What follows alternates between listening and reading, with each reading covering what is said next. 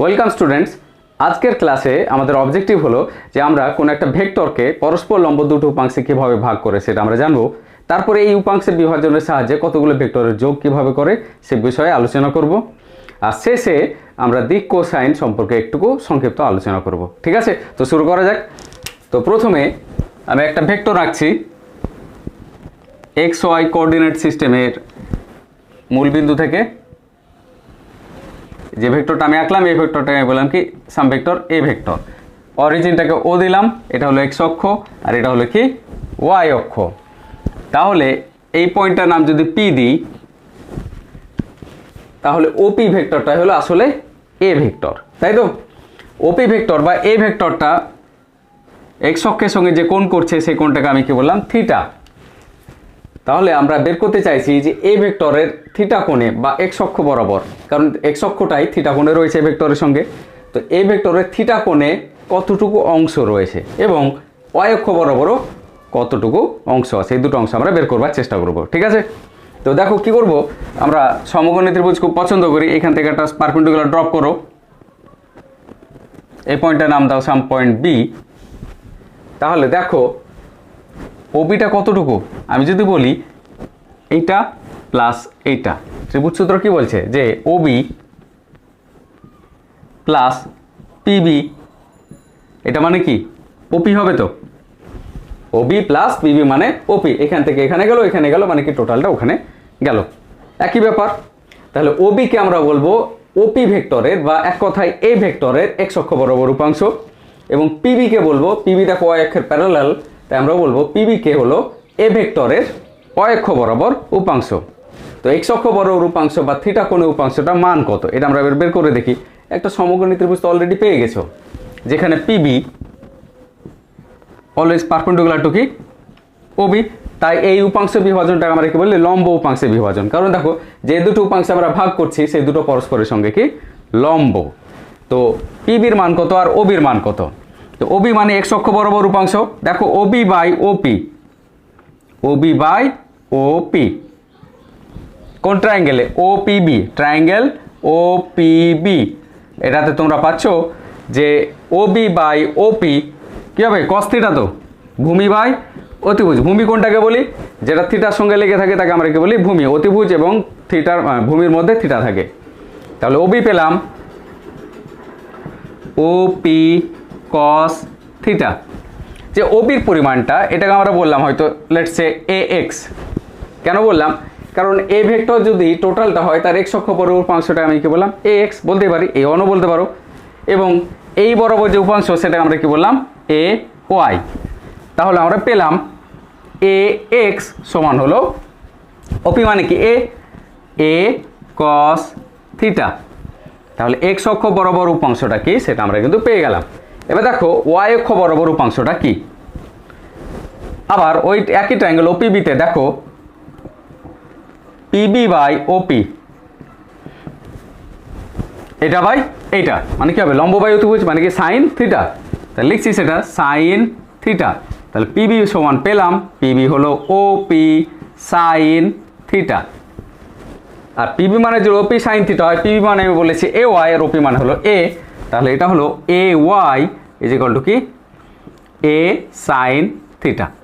আমাদের লম্ব উপাংশে বিভাজন কিন্তু কমপ্লিট হয়ে গেল। তাহলে এত কিছু না ভেবে যদি আমাদেরকে বলে দেয় কোন একটা ভেক্টর তার সঙ্গে থিটা কোণ উপাংশটা কত, তার সঙ্গে থিটা কোণ উপাংশ মানে কি এই উপাংশটা মানে কি এক্স অক্ষ, এক্স অক্ষ মানে কি কস, তাহলে আমরা সহজে মনে রেখে দিতে পারবো। যদি বলে কোন একটা ভেক্টর, সরাসরি লিখব এ ভেক্টর এর সঙ্গে থিটা কোণে উপাংশ কি হবে, চোখ বুঝে লিখে দেবো এ কস থিটা, কারণ থিটা কোণে উপাংশটা কোসাইন উপাংশ হচ্ছে। ঠিক আছে, এবং অন্য উপাংশটা কি, অন্য উপাংশ যেটা থিটা কোণের সঙ্গে পারপেন্ডিকুলার সেই উপাংশটা কি এ সাইন থিটা মানে যেটা ওয়াই অক্ষ বরাবর রয়েছে। ঠিক আছে, তাহলে ধরো একটা অঙ্ক আমি ট্রাই করি। কেউ বললো যে একটা ভেক্টর এ এক্স অক্ষের সঙ্গে 30 ডিগ্রি কোণ করে, তাহলে সেক্ষেত্রে ভেক্টরটির লম্ব উপাংশ দুটি কত। তাহলে আমাদেরকে বলে দিয়েছে কত, যে একটা কোঅর্ডিনেট সিস্টেমে এক্স অক্ষের সঙ্গে একটা ভেক্টর এ কত কোণ করেছে 30 ডিগ্রি। তাহলে এই উপাংশটা কি হবে? এক্স অক্ষ বরাবর, কারণ থিটা কোণের বরাবর। তাহলে এক্স অক্ষ উপাংশ এটা কত হবে? এ কস থিটা, মানে কত? এ কস 30 ডিগ্রি মানে √3a/2। আর ওয়াই উপাংশ কি? এক্স উপাংশটাকে আমরা কি বলেছিলাম? এক্স উপাংশটাকে আমরা বলেছি এ এক্স। তাহলে ওয়াই উপাংশটা আমরা বলবো A Y equal to A sine theta, আমার কত? 30 ডিগ্রি, একেবারে লিখে দিলাম, সমান কত? a/2। খুব সহজ তো। তাহলে উপাংশে বিভাজন কি করে করতে হয় সেটা আমরা শিখলাম।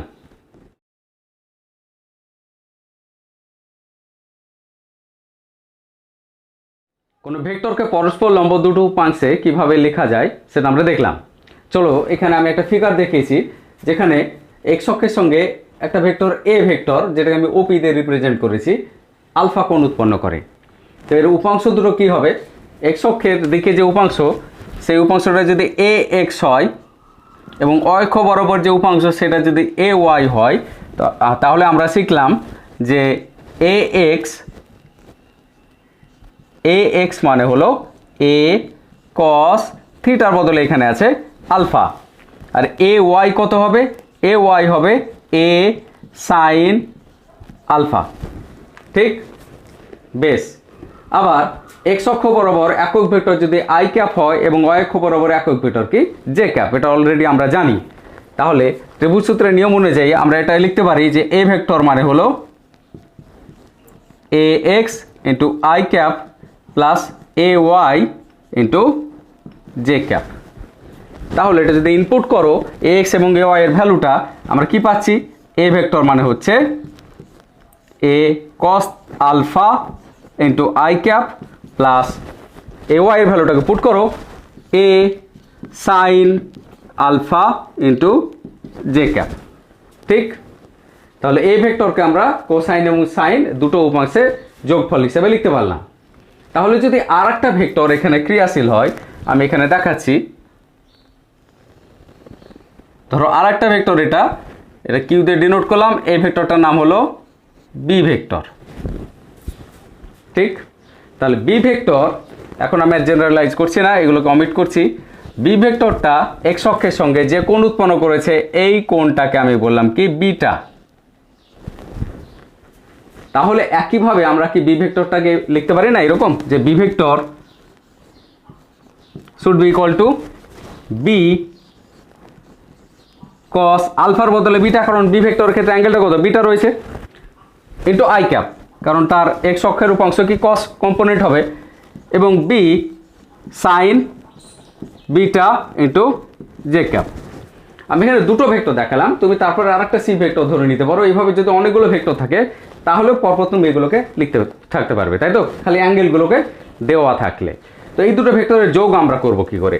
ধরো আমাদেরকে বলে দিল উপাংশে বিভাজনের সাহায্যে ভেক্টর দুটো যোগ করো। তো আমরা উপাংশে তো বিভাজন করে নিলাম, একটা ভেক্টরকে এরকমভাবে আর একটা ভেক্টরকে এরকমভাবে। তাহলে এ প্লাস বি এর মান কত? আমি ধরে নিলাম যে এদের যে রেজাল্টান্ট ভেক্টর, সেই ভেক্টরটা হলো কত? আর। তাহলে আর ইজ ইকুয়াল টু যদি এ প্লাস বি হয়, তাহলে আমরা ক্যালকুলেশনটা করি। তারপরে এটার সঙ্গে এটা যোগ করব। আমি একবার না একটা স্টেপ লিখছি।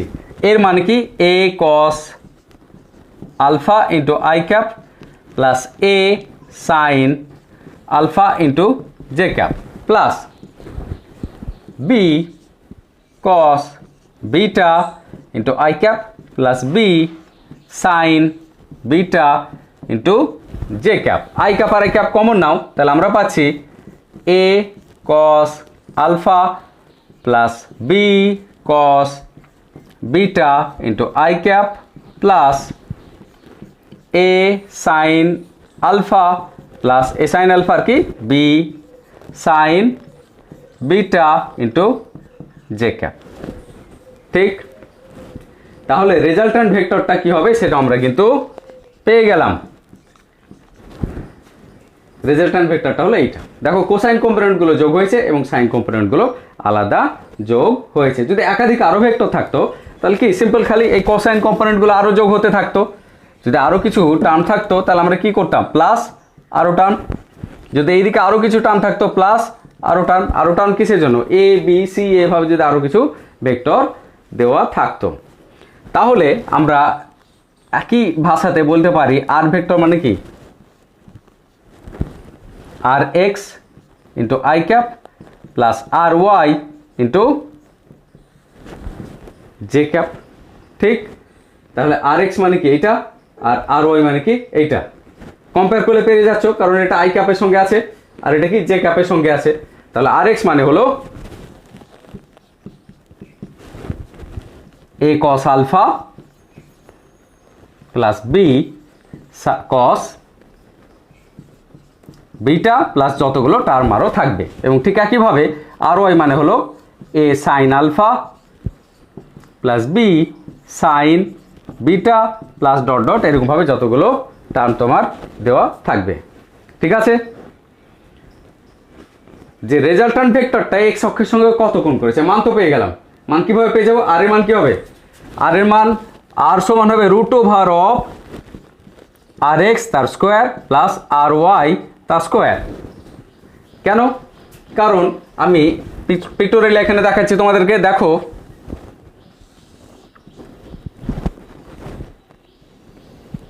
এটা যদি লব্ধি ভেক্টর আর হয়, তাহলে এই যে ট্রায়াঙ্গেলটা আমি আঁকলাম এটা কত, আর এক্স, আর এটা কি আর ওয়াই, আর এই কোণটাকে আমি বললাম কি গামা, যেটা লব্ধি ভেক্টর এক্স অক্ষের সঙ্গে করেছে। এটা হলো এক্স অক্ষ আর এটা কি ওয়াই অক্ষ। তাহলে এই যে ট্রায়াঙ্গেলটা তোমরা পাচ্ছ এটা তো সমকোণী ত্রিভুজ, তাহলে আর এর মান কি হবে, লম্ব স্কয়ার প্লাস ভূমি স্কয়ার মানে অতিভুজ স্কয়ার। তো অতিভুজ মানে কি √ অফ লম্ব স্কয়ার প্লাস ভূমি স্কয়ার, বা মডুলাস নির্ণয় যে ফর্মুলা সেটা ইউজ করে তোমরা এটা বুঝতে পারছো। ঠিক আছে, তাহলে আলফার মান কত, এই গামার মান কত, যেটা এক্স অক্ষের সঙ্গে লব্ধি ভেক্টরটা করছে। ট্যান গামা মানে কত, ট্যান গামা মানে কত, R Y by R X. তাহলে গামা মানে কি tan inverse R Y by R X. R Y এর মান তোমরা জানো, আর এক্স এর মান তোমরা জানো, তাহলে এটা ইনপুট করে দিলে গামার মানটা তোমরা ক্যালকুলেট করে নিতে পারবে। ঠিক আছে, বোঝা গেল। তাহলে উপাংশের বিভাজনের সাহায্যে কতগুলো ভেক্টরের যোগ কী করে করতে হয় এটা আমরা জানলাম।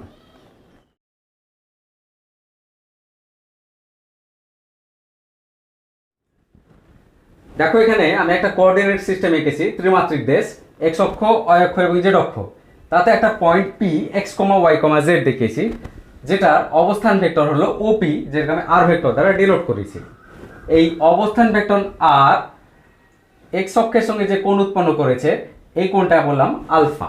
এখানে দেখতে একটু অড মনে হচ্ছে, তাই তোমাদের একটু বোঝানোর জন্য এখানে আমি একটু ভালো করে দেখিয়ে দিচ্ছি। দেখো, যদি এইটা জেড অক্ষ হয়, এটা যদি এক্স অক্ষ, এটা যদি ওয়াই অক্ষ হয়, তাহলে জেড অক্ষ কোনটা, এইটা। দেখো ঠিক আছে, তো এটা হলো জেড অক্ষ, কারণ এটা পারপেন্ডিকুলার হবে, আর এইটা হলো আর ভেক্টর, এটা হলো ধরো আর ভেক্টর। তাহলে এই যে কোণটা, এই কোণটা হলো কত, আলফা। ঠিক আছে, বোঝা গেল। তাহলে এক্স অক্ষের সঙ্গে যে কোণ, সেই কোণটা হলো আলফা, এবং ওয়াই অক্ষের সঙ্গে যে কোণ করেছে এই কোণটা হলো কত, বিটা। তাহলে ওয়াই অক্ষের সঙ্গে কোণটা বোঝানোর জন্য আমি আরেকবার দেখাচ্ছি, যে এটা হলো জেড অক্ষ, এটা হলো আর ভেক্টর। তাহলে আর ভেক্টর এই যে এইখান থেকে এইটুকুর মধ্যে যে কোণ, এই যে কোণটা, এটা হলো কি আর ভেক্টরের সঙ্গে ওয়াই অক্ষের সঙ্গে কোণ, এই কোণটাকে আমরা কি বলছি, বিটা। একইভাবে আমি বলে দিতে পারি এই যে এই অক্ষটা যেটা স্কেল দিয়ে আমি দেখাচ্ছি, এটা হলো জেড অক্ষ, এই জেড অক্ষের সঙ্গে যে এই কোণটা হলো কত, গামা। তাহলে আমি সেই কোণগুলোকে আমি তোমাদের এখানে দেখিয়ে দিচ্ছি। তাহলে বিটা হলো এই কোণটা, আর জেড অক্ষের সঙ্গে যে কোণ, এই কোণটা হলো কত, গামা। ঠিক আছে, তাহলে ওই আর ভেক্টরের যে ভেক্টরটাকে আমরা কিভাবে লিখতে পারি, আর পজিশন ভেক্টর আর মানে আমরা অলরেডি শিখেছি X into I cap plus Y into J cap plus Z into K cap. এটা আমরা অলরেডি শিখেছি, এটা আমরা বলতেই পারি।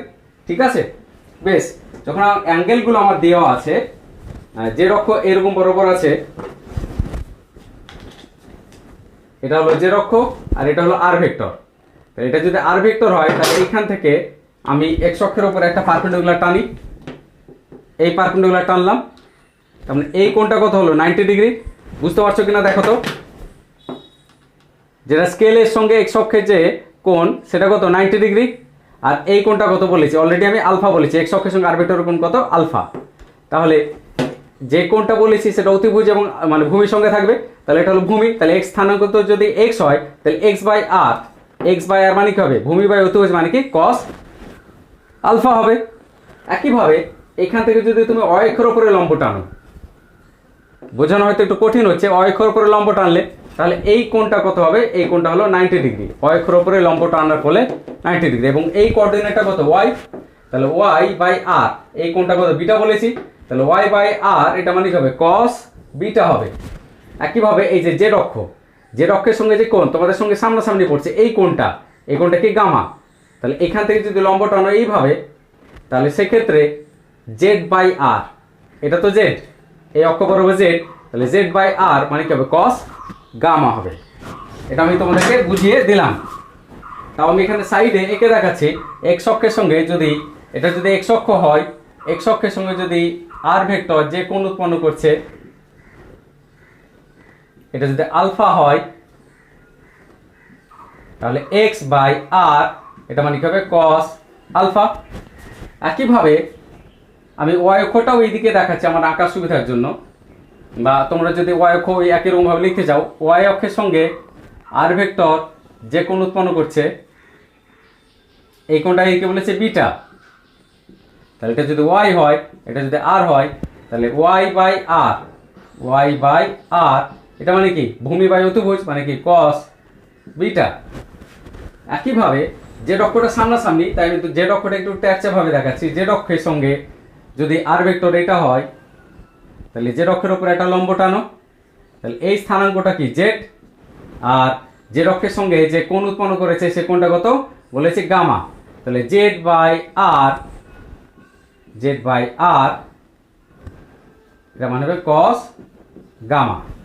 তাহলে X by R Y by R Z by R তিনটা আমরা কিন্তু এখানে বের করে রাখলাম। এটা কেন বের করলাম এগুলো আমাদের ক্যালকুলেশন একটু পরে কাজে লাগবে, ঠিক আছে। এই যে আমি 3 ডাইমেনশনাল সিস্টেমটাকে দেখাচ্ছি, তোমরা ঘরে এরকম একটা কিছু বানাবে, তাতে আর ভেক্টরকে ডিনোট করবে, দিয়ে এরকম ভাবে লম্ব টানবে, একটা লম্ব টানলে এটা যদি এক্স অক্ষ হয় তাহলে দেখো এক্স অক্ষের সঙ্গে এটা লম্ব, এই কোণটা কত 90 ডিগ্রি, তাহলে এক্স বাই আর মানে কস আলফা হচ্ছে, কারণ এই অ্যাঙ্গেলটা কত, এই এক্স অক্ষের সঙ্গে যে এই অ্যাঙ্গেলটা এটা কত আলফা বলেছি, ওয়াই অক্ষের সঙ্গে এই অ্যাঙ্গেলটা কত বিটা, তাহলে এখানে ওয়াই বাই আর মানে বুঝতে পারছো আশা করি কস বিটা, আর এই অ্যাঙ্গেলটা কি জেড অক্ষের গামা, তাহলে সেই হিসেবে জেড বাই আর মানে কি কস গামা। তোমরা এই এরকম একটা ট্রায়াঙ্গেল যদি বানিয়ে নাও মিউচুয়ালি পারপেন্ডিকুলার তাহলে তোমার কিন্তু বুঝতে সুবিধা হবে।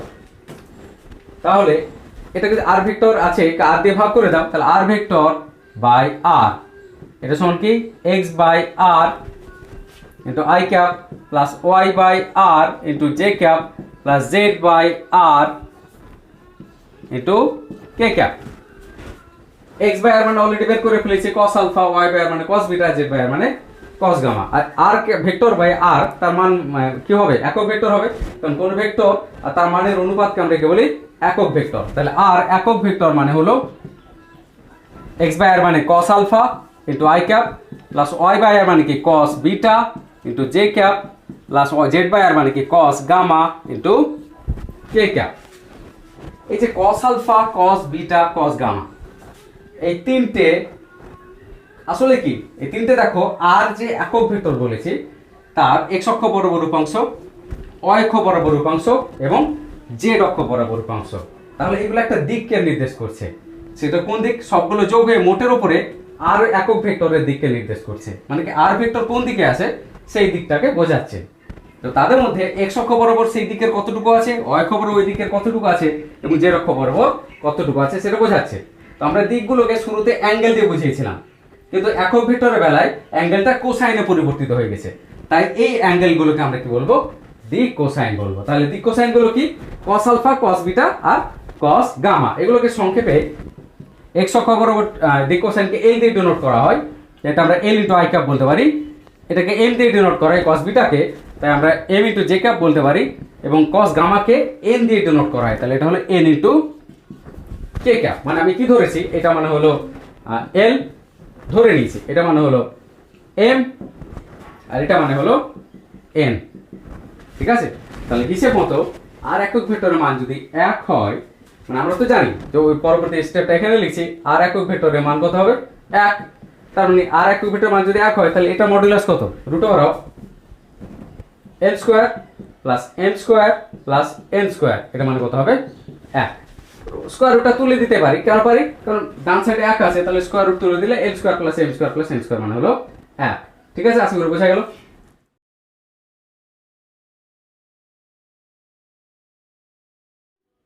চলো একটা উদাহরণ ট্রাই করে দেখা যাক। একটা স্থানাঙ্ক দিয়ে দিল p বিন্দুর 3, 4, 12 দিয়ে তোমাদেরকে এই বিন্দুর মূল বিন্দুর সাপেক্ষে যে অবস্থান ভেক্টরটা হয় তার ডিরেকশনাল কোসাইন গুলো বের করতে দিল। তাহলে এই ক্ষেত্রে তোমরা r ভেক্টরটাকে কিভাবে লিখতে পারবে? r ভেক্টরটা হলো আসলে 3 into i cap plus 4 into j cap plus 12 into k cap. তাহলে r ভেক্টরের যে মান সেটা হবে root over of 3 square plus 4 square plus 12 square. এটা সলভ করবে তোমরা পেয়ে যাবে এটা হবে 13। তাহলে ডিরেকশনাল কোসাইন l মানে কি cos আলফা, সেটা আসলে কি x বাই r, মনে পড়ছে? তাহলে x বাই r মানে কত 3/13, m যেটা আমরা কি বলছি cos বিটা, এটা মানে কি y বাই r, এটা হলো 4/13, আর n এটা মানে কি cos গামা, এটা মানে কি z বাই r, এটা হলো কত 12/13। খুব সহজ। ঠিক আছে, ভিডিওটা দেখার জন্য ধন্যবাদ।